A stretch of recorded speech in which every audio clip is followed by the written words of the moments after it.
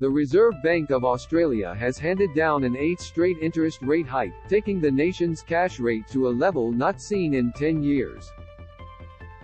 This afternoon the central bank decided to lift the cash rate target by 25 basis points or 0.25% to 3.10%. The last time Australia had an interest rate above 3% was in October 2012, when the median Australian house price was just under $520,000.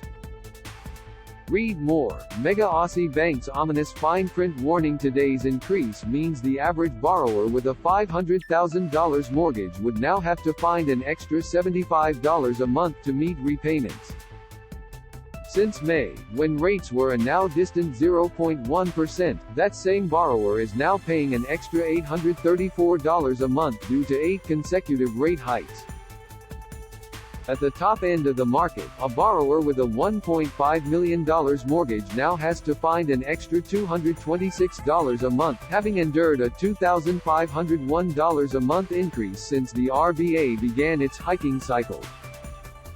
In his monetary statement, Governor Philip Lowe noted inflation remains persistently high despite multiple consecutive rate rises. Inflation in Australia is too high, at 6.9% over the year to October. Global factors explain much of this high inflation, but strong domestic demand relative to the ability of the economy to meet that demand is also playing a role, Lowe said. Returning inflation to target requires a more sustainable balance between demand and supply. He said more rate hikes are possibly in store for borrowers, pending data on inflation.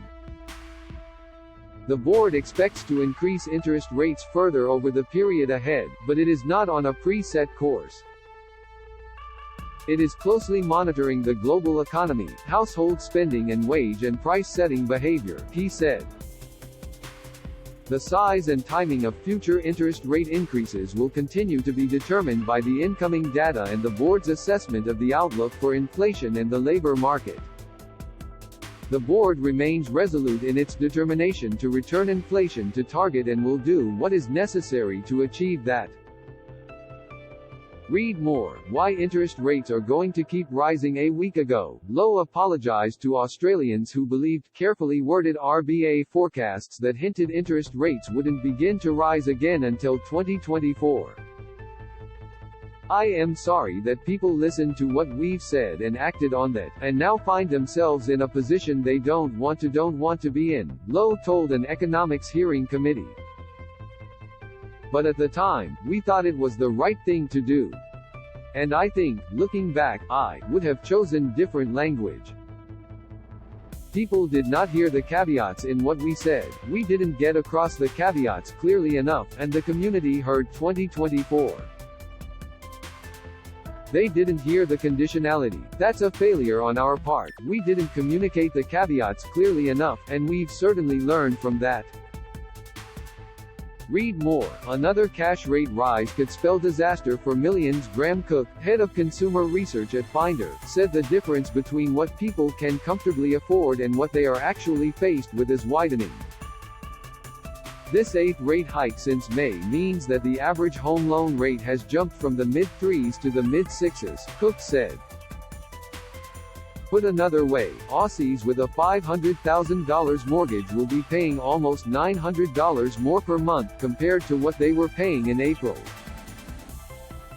To comfortably afford this, you need to be earning a minimum income of just over $180,000, significantly more than the average salary.